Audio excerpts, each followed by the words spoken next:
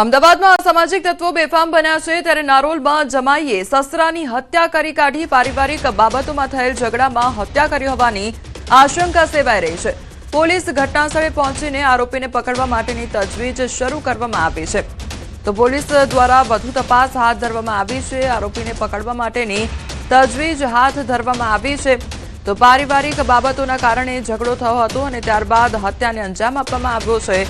નારોલ વિસ્તારની આ ઘટના કે જ્યાં જમાઈ દ્વારા જ સસરાની હત્યા કરી કાઢવામાં આવી છે। પારિવારિક બાબતોમાં થયેલ ઝઘડામાં હત્યા કરી હોવાની આશંકા સેવાઈ રહી છે તો પોલીસ ઘટનાસ્થળે પહોંચી છે અને આરોપી પકડવાની તજવીજ હાથ ધરવામાં આવી છે। અમદાવાદના નારોલ વિસ્તારની આ ઘટના સામે આવી છે જ્યાં હત્યાને અંજામ આપવામાં આવ્યો છે। સંવાદદાતા ઋત્વિજ અમારી સાથે જોડાઈ ગયા છે। ઋત્વિજ, સસરાની હત્યા નિપજાવી દેવામાં આવી છે જમાઈ દ્વારા, જો આખરે કારણ શું સામે આવી રહ્યું છે, શું વિગતો મળી રહી છે? જી કોમલ, વાત કરીએ તો ગત મોડી રાતનો આ બનાવ છે। જે આરોપી છે તે આરોપી તેની પત્નીને લેવા માટે સાસરીમાં ગયો હતો। જો કે તેની પત્ની છે, તેની માતા અને જે ભાભી છે તેની સાર સંભાળ લેવા માટે પિયરમાં આવી હતી। જો કે જ્યારે આ આરોપી છે તેને લેવા માટે પહોંચ્યો હતો ત્યારે તેના સસરા દ્વારા તેને કેટલાક દિવસ વધુ રોકાવા માટે જાણ કરવામાં આવી હતી, કારણ કે પોતાની પત્ની અને જે તેની પુત્રવધુ હતું તેની સાર સંભાળ લેવા માટે તેની દીકરી આવી હતી। આ દરમિયાન જે આરોપી છે તેને તેના સસરા સાથે બોલાચાલી ઝઘડો થયો હતો અને ત્યારબાદ તે ધમકી આપીને ત્યાંથી નીકળી ગયો હતો। થોડી વાર બાદ તે તેના ભાઈ અને માતા સાથે પરત આવ્યો હતો અને જે ત્રણેય જણાએ જે તેના સસરા છે તેઓની સાથે બોલાચાલી ઝઘડો કર્યો હતો। ત્યારબાદ આ બંને ભાઈઓએ ભેગા મળીને જે સસરા છે તેને છરીના ઘા મારીને મોતને ઘાટ ઉતારી દીધા હતા। જ્યારે સમગ્ર ઘટનાની જાણ પોલીસને કરતા નારોલ પોલીસ ઘટના સ્થળ પર પહોંચી હતી અને હાલમાં આ બે આરોપીઓ વિરુદ્ધમાં હત્યાનો ગુનો દાખલ કરીને વધુ કાર્યવાહી શરૂ કરી છે। જે ઋત્વિજ, સમગ્ર માહિતી બદલ આપનો આભાર। વાવ થરાદ જિલ્લાના લાખણીના જસરામાં ચાલતા અશ્વ શો મેળામાં એક બુલ વિફર્યો અને પાડાને શોમાં લઈ જવાઈ રહ્યો હતો। તે જ સમયે તે વિફર્યો હતો। પાડો બેકાબુ બનતા થોડા સમય માટે લોકોમાં દોડધામ મચી ગઈ હતી। જો કે મહા મહેનત બાદ બુલના માલિકે તેને શાંત કરતા લોકોએ હાશકારો અનુભવ્યો હતો।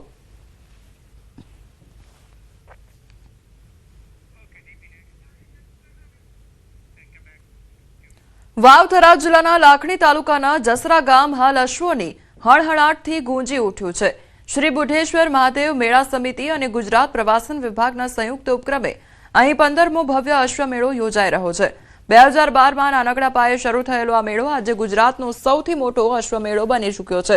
તો મેળાના ચોથા દિવસે રાજ્યના મંત્રી પ્રવીણ બાળી અને દિયોદરના ધારાસભ્ય ખાસ ઉપસ્થિત રહ્યા હતા। બુઢેશ્વર મહાદેવના મંદિરે ધજા ચડાવીને આ 5 દિવસીય મેળાનો પ્રારંભ કરવામાં આવ્યો છે। તો મહેશભાઈ દવેના માર્ગદર્શન હેઠળ આયોજિત આ મેળામાં હજારોની જનમેદની ઉમટી પડી હતી। આ અશ્વમેળાનું મુખ્ય આકર્ષણ છે અહીંના જોખમી અને રોમાંચક કરતબો। ગુજરાત પોલીસનું અશ્વદળ હોય કે દેશભરમાંથી આવેલા 1000થી વધુ અશ્વ સવારો દરેક પોતાની કુશળતા બતાવી રહ્યા છે। 40 કિલોમીટરની એન્ડ્યોરન્સ રેસ તેમજ અશ્વ ટેન્ટ પેગિંગ અને જમ્પિંગ શો, અતિ જોખમી પાટી દોડ અને બેરલ રેસ તેમજ મારવાડી અને કાઠિયાવાડી નસલોનું પ્રદર્શન ખાસ આકર્ષણનું કેન્દ્ર રહ્યા છે।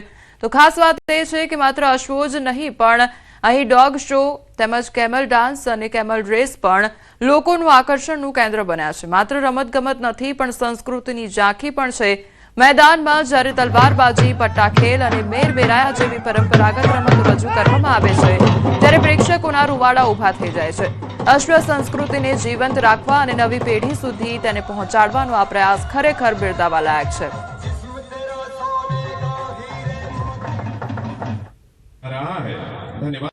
જે રાજાઓ મહારાજાના સમયની અંદર જે યુદ્ધ લડતા હતા એવા ઘોડાઓની પણ બ્રીડ અહીં જોવા મળી રહી છે।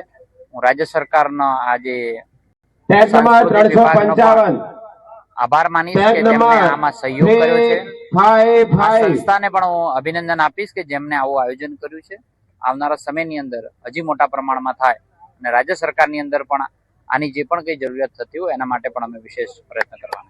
અનેક પ્રકારની હરીફાઈઓ, રેવાળ, પાટીદોડ, માદરી રેવાલ તેમજ ટેન્ટ પેકિંગ, જમ્પિંગ, ગરો લેવો, બેરલ રેસ, ગૌ માતાની મંગલ પ્રતિયોગિતા, કેમલના પ્રદર્શન, સાંસ્કૃતિક કાર્યક્રમો, પટા ખેલવા, ગેર નૃત્ય ઇત્યાદિ કાર્યક્રમો મેરમેરાયા સહિતના થયા છે। આજે એક સાથે 100 દીકરીઓ તલવારબાજી અને 100 દીકરીઓ એક સાથે લાઠીદાવના કાર્યક્રમ પર રજૂ કરવા જઈ રહી છે. આ 2 દાંત રિંગની અંદર વિજેતા બન્યો છે. આનું નામ છે ભારતરાજ. આ છે સૂર્યવંશનું. સૂર્યવંશ છે ઠાકોર કાલાકાટા સાહેબાઈ આલિશાન. 4 ભેડી આ બાજુ ડીએનએ છે, 4 ભેડી મા તરફથી ડીએનએ છે. મા છે દ્રોણાની 65, એ પંજાબ ખડે ઊભી છે. 66 છે હાઈટ, 66. અને ઓના બચ્ચા બી સારા આવ્યા કે જે 12 મહિનાથી 14 મહિના સુધીના વધારે થયા છે અને બહુ ઊંચા લોબા અને ઊંચી કિંમતના બચ્ચા આવેલા છે.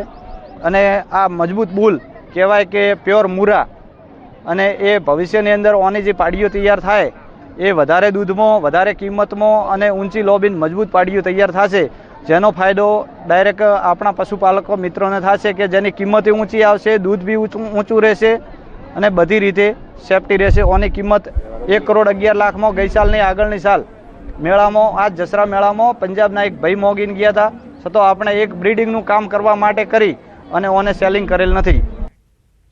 અમદાવાદમાં મહિલા વકીલને એક શખ્સે ધમકી આપી તો નરોડા પોલીસ સ્ટેશનમાં મહિલા વકીલે ફરિયાદ નોંધાવી છે. મેટ્રો કોર્ટમાં સમર્થનમાં મહિલા વકીલના સમર્થનમાં આવ્યા વકીલો તો મહિલા વકીલને અસીલ દ્વારા જામીન પર છોડાવવા અપાઈ હતી ગર્ભિત ધમકી. તો પ્રાંજલ પટેલ નામના અસીલ દ્વારા મહિલા એડવોકેટને અપાઈ હતી ધમકી. તો મહિલા વકીલે અન્ય વકીલનો નંબર આપવાનું કહેતા અસીલે અસભ્ય વર્તન કર્યું હતું. નરોડા પોલીસે આરોપીને પકડી કોર્ટ સમક્ષ રજૂ કર્યો. આરોપી તરફે કોઈ વકીલ હાજર નહીં રહેતા સોમવારે સુનાવણી હાથ ધરવામાં આવશે. એક આરોપી જેના 2024માં મેં બેલ કરાવ્યા હતા, જે હાઉસ ટ્રેસપાસ અને હથિયારો સાથે પકડાયેલ, જેના બેલ કરાવ્યા બાદ મારે એની સાથે કોઈ સંપર્ક નહોતો. ગઈ તારીખ 10 તારીખના રાત્રે એ અવારનવાર મને વિડીયો કોલ કરતા કે મેં ડ્રિંક એન્ડ ડ્રાઈવમાં પકડાયો છું, મને છોડાવો, પણ મેં એને કોઈ રિસ્પોન્સ ના આપતા બીજા દિવસે 12:30 વાગે તેઓએ મને બીજા નંબર પરથી ફોન કરેલ અને મને કહેલ કે તમે મને છોડાઈ આપો. મેં એમને એવું કહેલ કે ભાઈ હું અત્યારે આવી શકે, તબિયત નાદુરસ્ત હોય, હું આવી શકેલ એમ નથી, તમે બીજા કોઈ એડવોકેટને બોલાવી લો. ત્યારબાદ અવારનવાર વોઇસ ચેટ પર મોકલતા, બીભત્સ ગાળો અને બીભત્સ વર્તન કરતા મેં આગળ એમને કહેલ કે ભાઈ તમે આ રીતનું વર્તન મારી સાથે ના કરે, છતાં પણ એ લોકોએ તેમણે ચાલુ રાખેલ. ત્યારબાદ તેમણે મારા સોશિયલ મીડિયા પર વાત કરતા અને મારા નામથી વિડીયો બનાવીને વાયરલ કરેલા છે. રાજકોટની 38 વર્ષીય પરણિતાએ સાસરિયાઓના અત્યાચારથી કંટાળી સરકાર પાસે ન્યાયની માગણી કરી છે. મોરબીની પરણિતાએ પતિ, સાસુ તેમજ જેઠ સહિતના વિરુદ્ધ મોરબી મહિલા પોલીસ સ્ટેશન ગત 27 જાન્યુઆરીના રોજ ફરિયાદ નોંધાવી હતી. પરણિતાના લગ્ન 2010માં થયા હતા અને તેમને 12 વર્ષની દીકરી છે.